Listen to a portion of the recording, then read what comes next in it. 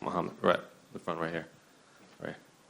Another fight here in London. So what are the emotions now, only a few days ahead of a massive pay-per-view here in the UK?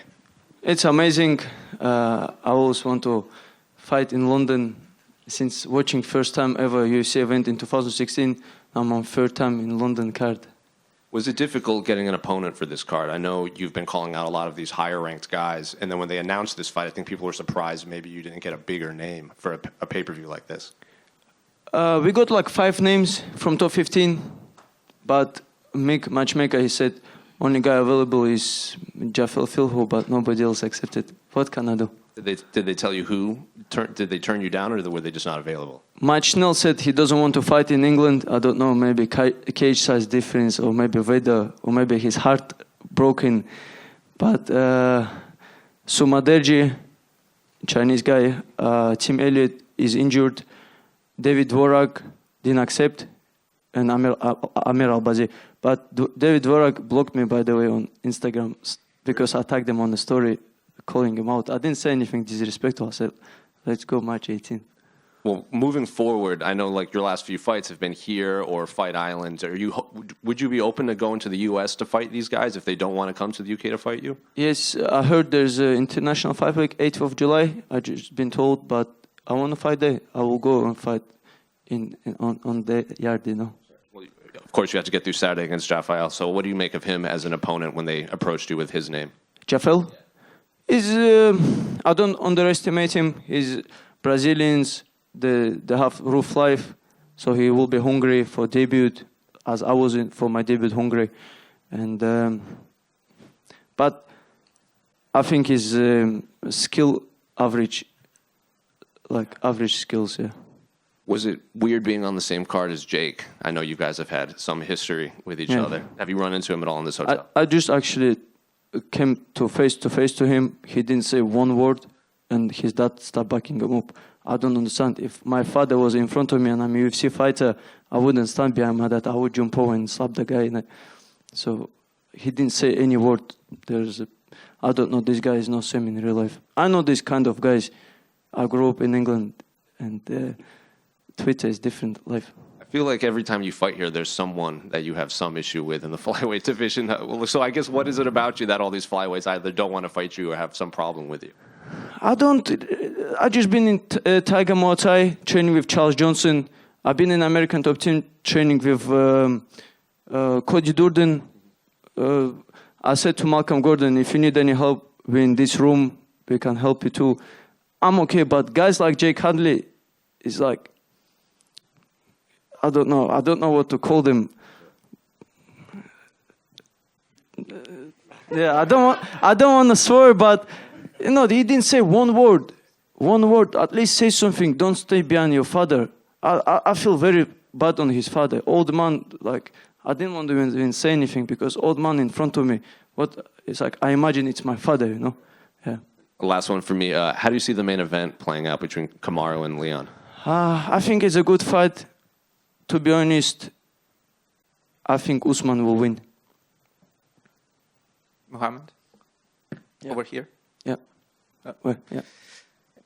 How are you? Good. You? I'm fine. As the youngest fighter on the UFC 286 card, how do you handle the pressure of being a rising star in the sport at such young age, if you feel pressure at all? What pressure? I don't have any pressure. I have huge support. With this kind of support, what pressure can I feel? And what do you think that sets you apart from the other fighters in the flyweight division? I think in whole UFC I have, like, not including like champions and top 5 ranked, but most guys I have a lot of experience. I had big amateur career, not including MMA fights, wrestling. I had like 6 boxing fights, a lot of jiu-jitsu tournaments. I was competing when I was blue belt, 15 years old, 16 years old. I was competing black belt against black belts. Sometimes I lose, sometimes I win. I'm not saying I was like the best jiu-jitsu, but I just got those experience of being in the pressure. That's why I feel normal this week. Thank you. Best of luck. No problem. Mohammed, just going off of that, You've said before that you want to surpass John Jones' record of being the youngest UFC champion. I'm just curious, what did you think of his return? Amazing. I don't know who else can do this. Come take the belt in 3 minutes, not fighting that long. Is he someone that you've looked up to in the past, perhaps, in terms of his career? I think he's one of the greatest of all time in like mixed martial arts. Yeah. And is that still a goal for you to become the youngest? Yes, and I believe even more now because this will be my 4th fight in 12 months. And how are you predicting the fight to go down? Do you envision it in your head? This fight? Mm-hmm. Doesn't matter for me. It's a 3 round. It's a finish. I'm going for 3 rounds. Like I got my gas tank for 3 rounds. I don't want to just for the show go crazy in like 1 minute. If it's if it's boring hugging fight, it's boring. I don't care. Whoever supports me, they support me in a boring fight, in a losing, in any situation in my world. And I'm doing it for people who supports me. But who hates, they want you to see losing your life just because you're doing good.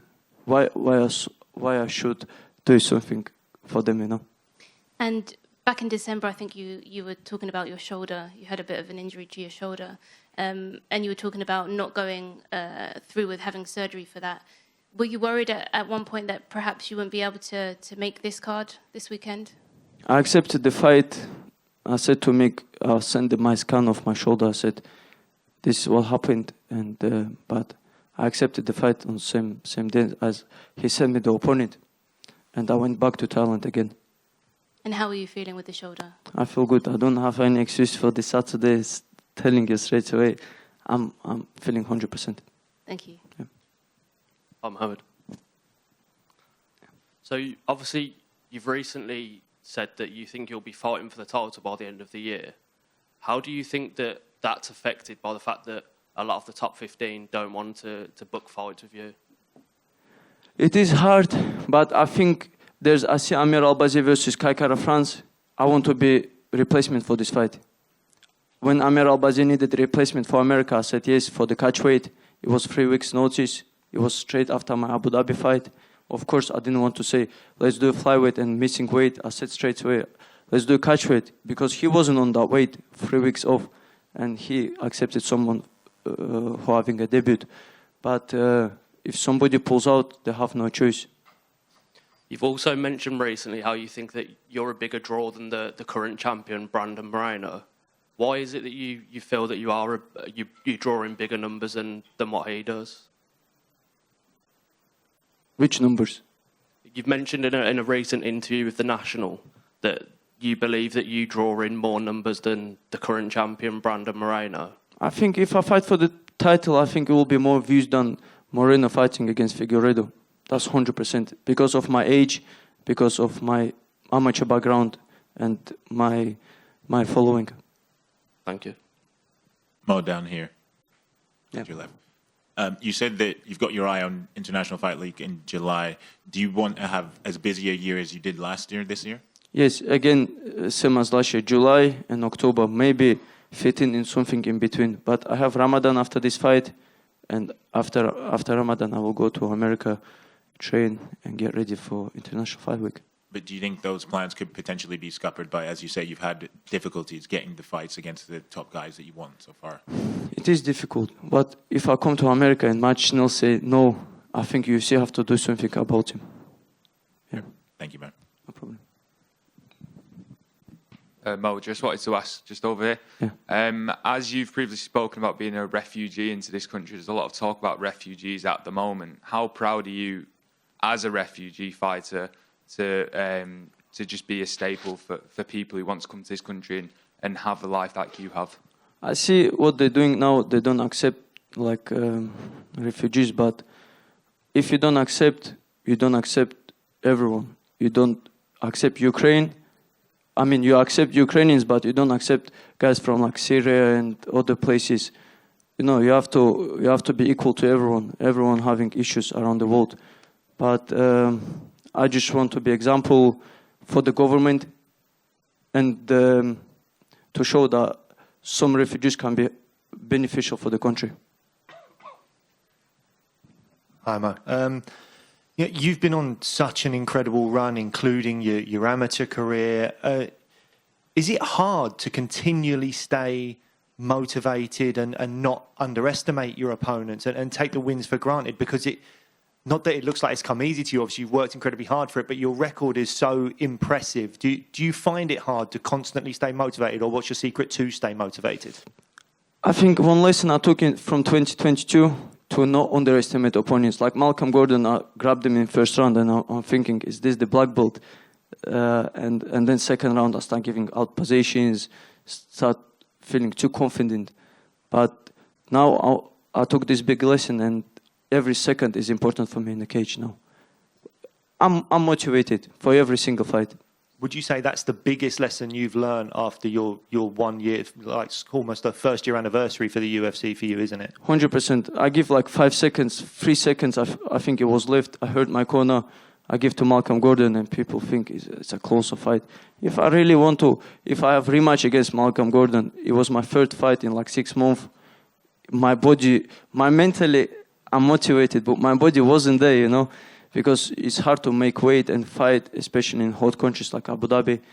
And, but that's why you cannot give them even 2-3 seconds, because casual MMA fans want to see extra 10 seconds. Thanks very much. Best of luck on Saturday. Thank you.